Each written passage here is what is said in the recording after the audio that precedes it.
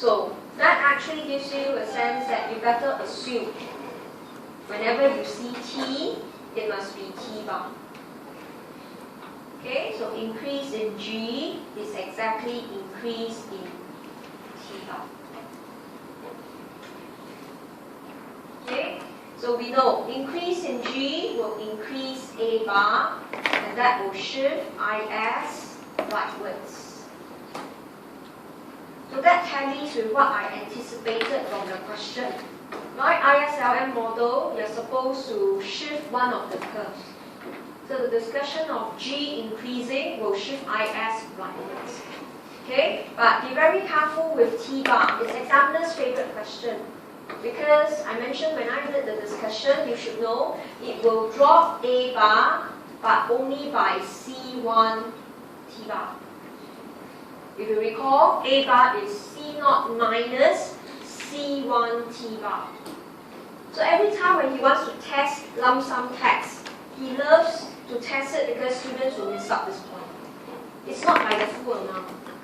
Right? So in this case, you will know IS will shift left, but you bring the two together, right, to know that overall IS will actually shift right, because increase in G is more than increase in C1 T bar.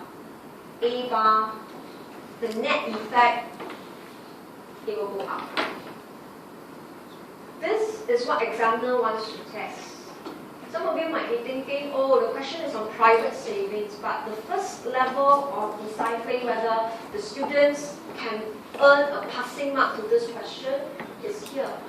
The ISLM model, you have to shift the curve. But the net effect is it will shift to the right.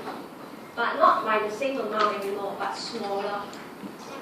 Alright, so in this case, if IS shift right, income will increase, interest rates will increase.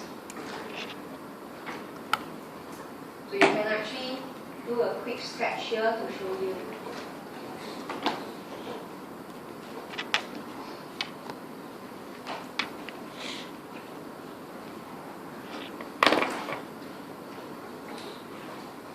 Okay, and therefore we know investment drops, and there is rounding up. So two things, right? What is the examiner testing? Like I mentioned, the first tier is to compare G bar and C1 T bar. The second thing examiner loves to test you is every time when G has a bigger effect, especially G increase, you need to discuss crowding out. It's something that it should be always in your sleeve. Right? They came in a package. He wants you to discuss crowding out. Even you have not answered the question what happens to private savings, but you already demonstrated you know the topic already. So our ISLM is not just I shift the curve and I see how. But the moment you shift, you should know something is going to happen, especially expansionary fiscal policy. G increase more than T increase. That's expansionary policy. So A goes to A prime, but interest rate has to go up, and we end up at point B. So from A prime to B, that's your crowding out. Okay, right? Then we continue on with the question. So you have to use the equation y equals c plus I plus g, y minus c minus g equals I. Okay? Alright, so from here, you pursue to discuss private savings. So you must know what is savings first. So total savings came from this function. Right? AS is your income, AE, CI, and G. Bring the C and G to the left side. Right? So this term here is total savings equals to I. And since investment drops, total savings drops. So from the ISLM model, you deduce investment drops, total savings actually went down. Okay, but the question didn't want to know total savings. The question wanted to know private savings. So you move on to the next step. Total savings is private savings plus public savings. Okay, but since increase in G is exactly increase in T, S public is 0. If you started with 0 savings, government will still end off with 0 savings. So you can say S public is 0, or you can also say change in S public is 0. Therefore, change in S total is merely change in S private. Okay, and since S total dropped, this is negative. So S private drops. So the statement is false. Right, so it's a very technical question, and it literally comes out every year because students tend to make a lot of mistakes, which I'll show you what are some of the classic mistakes they make. But even if you cannot reach this step, the minimum you must do is up to here. This is the minimum you must know how to do. Remember, although this is the answer to the question, this will only take out 1 mark out of the 5 marks. So you cannot give up on this topic. You cannot say every year the question comes up, I give up. You can't. Because other topics will prove to be more difficult. This is not totally a killer question. It just requires you to have a very holistic view of the entire topic. The ISLM model and the link to savings. Right? Okay? So it's not totally difficult, it's just very tricky. So in this case, we deduce S private drops because S total, which is your investment through the deduction, drops. Okay, alright? So this is the key answer.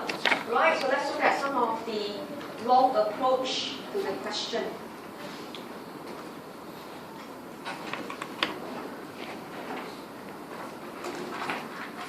Students who are ill-prepared for this topic will do this question. They thought it was very easy.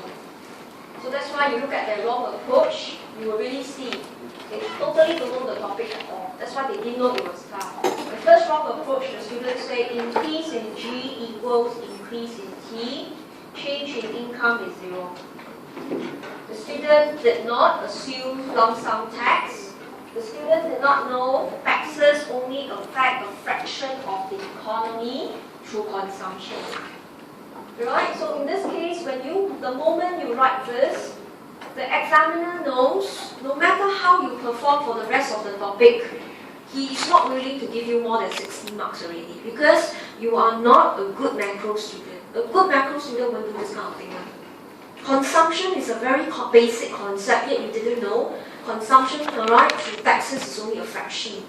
So this is a really terrible answer. 2 things, you didn't assume taxes, which type. Secondly, you are not aware about consumption function. So this is really a bad answer. Okay, right? The second wrong approach is student merely wrote S private is Y minus C.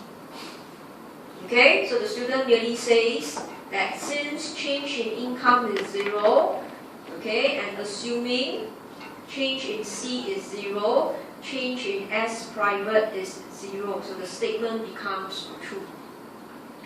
Right, so this totally shows that, again, you are not aware.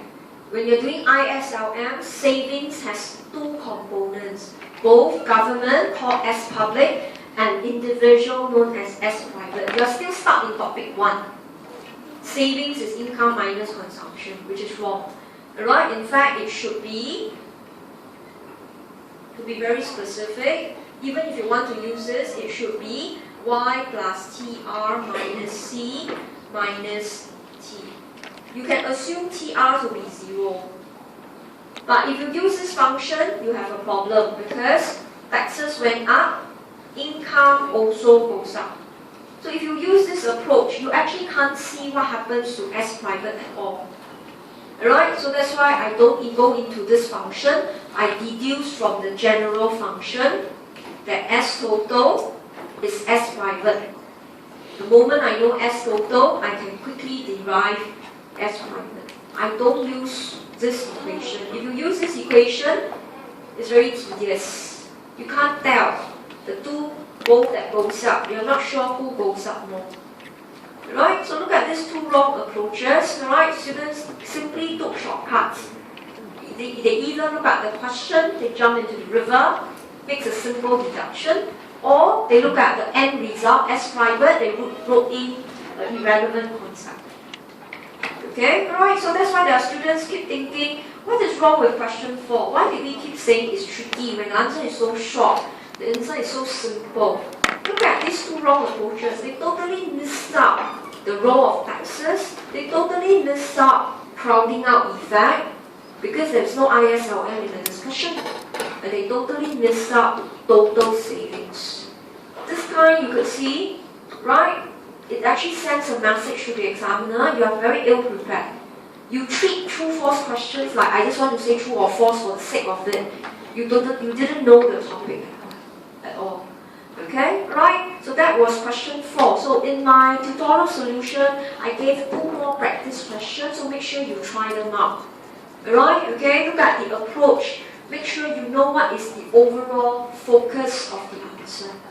So question 4 and 7 actually was on IS. Question 4 was on shift of IS, but knowing the degree of change in A bar is important.